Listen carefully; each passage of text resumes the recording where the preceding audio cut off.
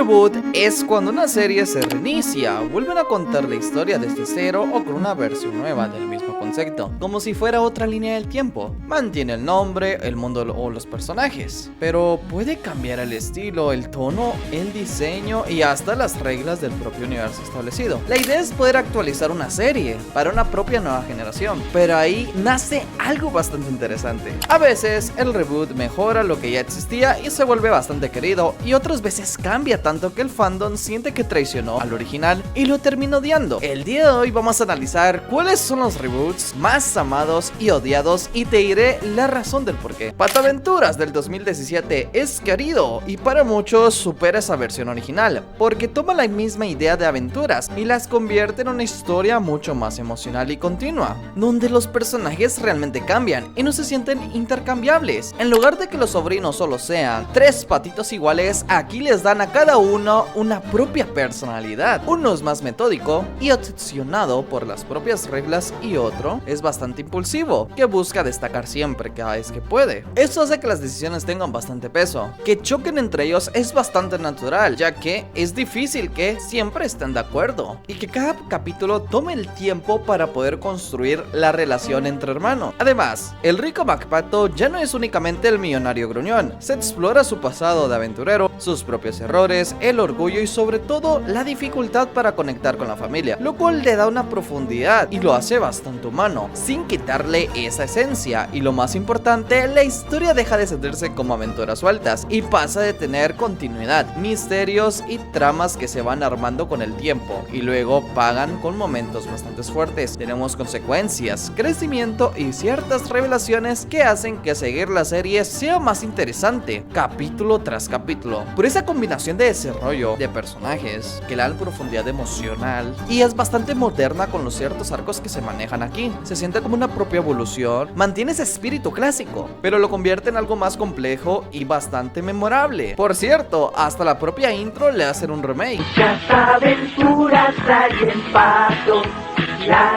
Muchas aventuras hay en Patolandia.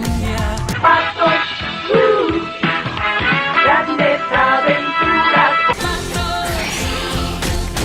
Grandes aventuras. Los Jóvenes Titanes del 2003 es bastante odiado, principalmente porque para mucha gente no se siente como esos jóvenes titanes que crecieron, sino como una simple parodia que reemplazó lo que el público quería ver. En primer lugar, el cambio más grande es el propio tono. La serie pasa de acción, drama y momentos serios a una comedia tan exageradas, de chistes tan rápidos. Eso para nada es malo, pero si eres un fan del 2003, se percibe como una propia decadencia de la serie, como si los personajes se volvieran de repente tan estúpidos. Robin era el líder admirable, ahora es alguien obsesionado y siempre que puede es humillado. No hay nada que pueda hacer, no hay ninguna esperanza. Entonces, supongo que tendré que tener suficiente esperanza para los dos. ¿Cómo lo haces, Robin?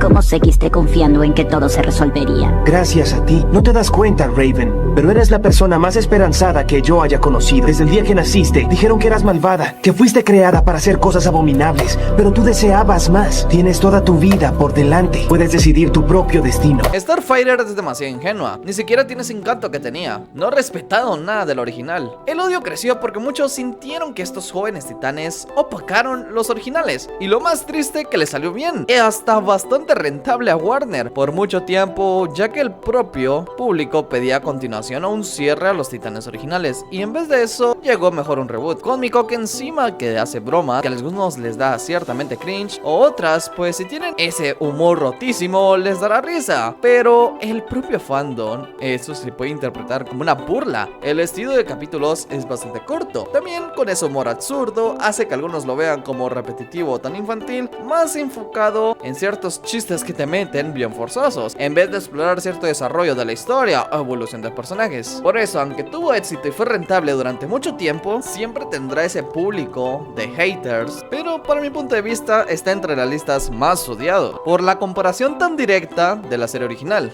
Uno de los episodios más populares, curiosamente, es The Fourth Wall, donde los titanes deciden ser más serios. En este capítulo se hace una parodia y homenaje a la serie del 2003, copiando su tono dramático y su animación estilizada y sus temas profundos. Durante este episodio se dejó de lado el humor absurdo y se mostró un contraste entre las dos versiones, lo que trajo nostalgia a los fans de la serie original. Pero este cambio duró poco y la serie volvió rápidamente a su estilo habitual. Es muy curioso que este episodio es el más querido, ya que da ese tono que todos queríamos en esta serie. Las chicas superpoderosas del 2016 no le gustó a casi nadie, como un cierto reboot, porque en comparación con la serie original se sintió como una versión hasta cierto punto más suave y menos especial, en lo que hacía única a estas tres chicas que conformaban esta serie. Es una mezcla de acción tensa con cierto humor forzado, de moda de la propia época y también cierta rareza creativa, como si la serie mantuviera a esas niñas a distancia del propio conflicto. Priorizan más situaciones cotidianas, que realmente es muy aburrido. Yo esperaba pues unos capítulos de acción, peleas, y esto hace tener ciertamente menos energía a lo que tenían los originales. Hubo reseñas que dijeron que no tenían el mismo ingenio ni la misma precisión cómica del original y que la escritura era irregular o más genérica. En comparación, también se le criticó que el reboot intentaba llevar el feminismo muy forzado, de una forma más autoconsciente o explícita, mientras que la serie clásico es el mensaje que se transmitía con más acciones y tono. A nivel de decisiones de reboot, hubo dos puntos pues encendieron el fandom: la salida de Mr. Bellew, que el productor Nick Jennings justificó diciendo que el personaje no era ni siquiera indicativo del tipo de mensaje que quería dar en ese momento, lo cual muchos podrían interpretar como contradictorio, porque Bellew era precisamente una mujer que, a pesar que nunca se le supo el rostro, era capaz e inteligente dentro de ese propio programa. Alguna curiosidad por si no sabías, y es muy polémico: el pretendiente de Bombón o su novio se parecía bastante al escritor Jay Coleman.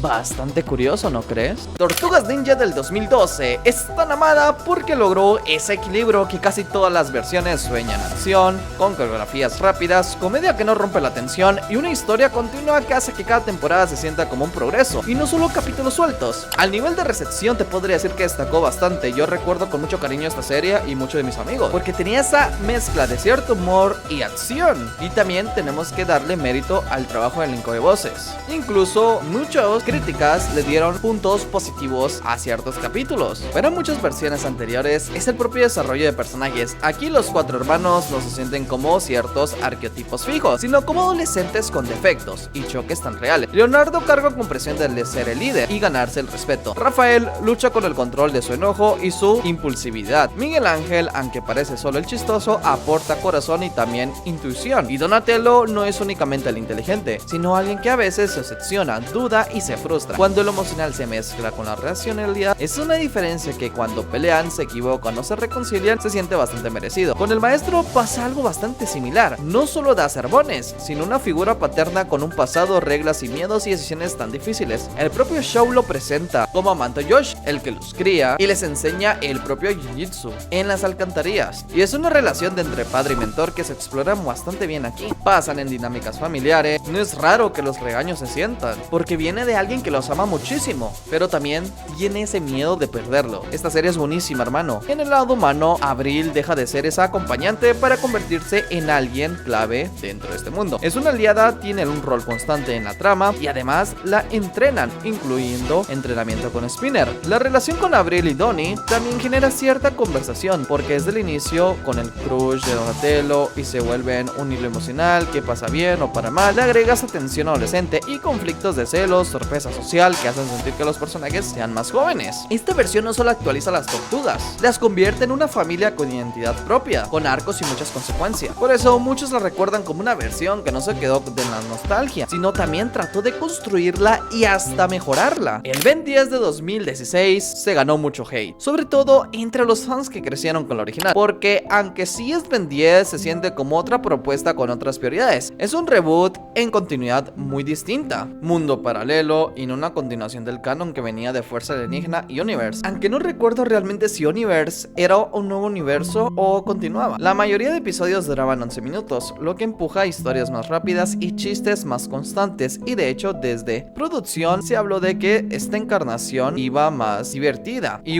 con un giro más cómico, pensando como una versión con una nueva generación. ¿Cuál es el problema? Que el Ben 10 original y hasta cuando Universe se puso más cartoon todavía solía dar esa sensación de aventura larga, construcción de villanos, consecuencias y un mundo que se acumulaba. En cambio aquí y muchas veces se percibe como algo más liviano, menos tensión, menos misterios del Omnitrix y más como una simple comedia, si no te cuadra. Da como sensación de que todo es una broma, con chistes forzosos de la época, como los jóvenes titanes. Por eso se miran también tantas reseñas tan negativas. Aunque lo más curioso es que tuvo en su momento mucho alcance, más que todo de parte de USA. Funcionó para ese público objetivo, pero también dividió a los que buscaban el Ben 10 de antes. Y aquí Universe, por alguna razón, yo me acuerdo que también cuando salió dividió bastante opiniones dentro de este fandom. A algunos les gustó, a mi punto de vista sí me gustó, estaba bien interesante. Incluso da uno de los chips más raros, que es Ben 10 con la chica sapo alienígena esa. Estaba raro pero interesante, porque aunque tenga esos cambios visuales, seguía sintiéndose como un parte del viaje dentro de Ben 10. En cambio, este reboot del 2016 se siente más como un reinicio para niños nuevos que como una evolución para los fans viejos. Thundercats Roar fue tan horrible, en serio, porque muchísima gente no se sintió como volver a los Thundercats, y es bastante comprensible, sino como cambiarle el ADN a la franquicia de los Thundercats clásicos y sobre todo la del 2011. Se recuerda por tener cierta epicidad, peligro, aventura seria y una vibra medio fantasía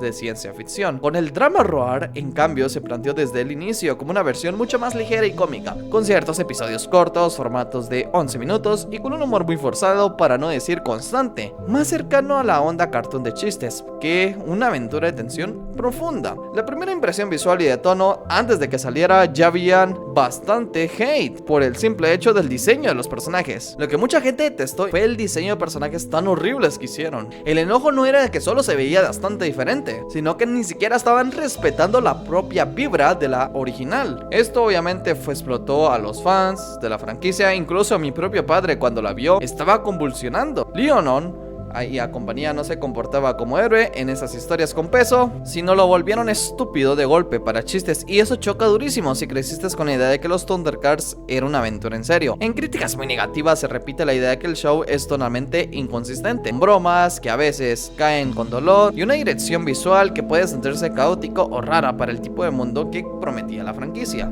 Hola con Sherry y las princesas del 2018 funciona porque no intenta copiar la de los años 80, sino hacerla relevante con herramientas modernas. La más moderna, la de la versión de Netflix, se construye como una serie de 5 temporadas, por lo cual sí está algo larga, pero tiene esa continuidad clara en explorar ciertos desarrollos de personajes y establecer un buen mundo, sin ser episodio tras episodio, sino tiene una continuidad. Lo que más es interesante es el desarrollo de personajes y relaciones. Adora no es solo la heroína perfecta, sino alguien que viene de un sistema que moldeó la horda y su viaje de que se vuelve identidad, culpa, crecimiento y pertenencia. Catra deja de ser la rival malvada, plana, y pasa a ser el corazón emocional de cierto conflicto, con una relación que empuja la trama compleja. Es una apuesta por personajes con desarrollo, fue justamente parte que los críticos destacaron. Por ejemplo, Polygon marcó con la serie que brilla especialmente con sus villanos y enfoque de personajes. Además, el show moderniza el elenco, no es solo una chica fuerte rodeada de secundarios, sino un mundo lleno de chicas distintas entre sí. Vilma del 2023 fue muy mal recibida porque se percibió como una reconstrucción radical de Scooby-Doo, en cambio de tono y la esencia, en lugar del misterio aventurero con carisma familiar, y se fue por una comedia adulta muy agresiva que a muchos les resultó dando cringe y se volvió muy cansado. Ni siquiera te incluye a Scooby-Doo, lo cual para muchos rompe lo emocional del concepto. El tema del diseño y rediseño y los cambios de personalidad también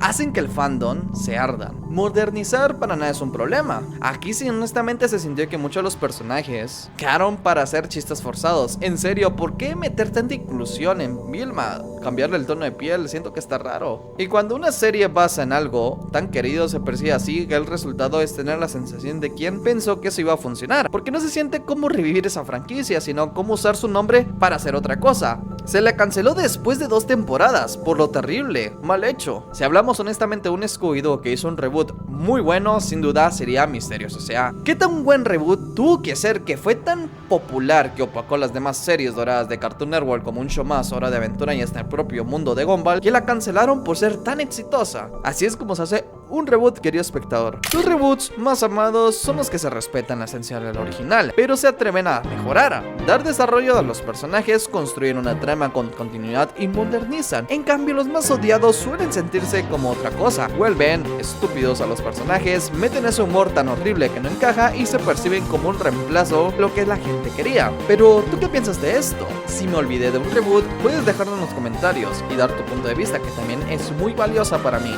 Y de paso, te invito a que veas más de mis videos, más de alguno te podría encantar. ¡Vamos! ¿Qué esperas?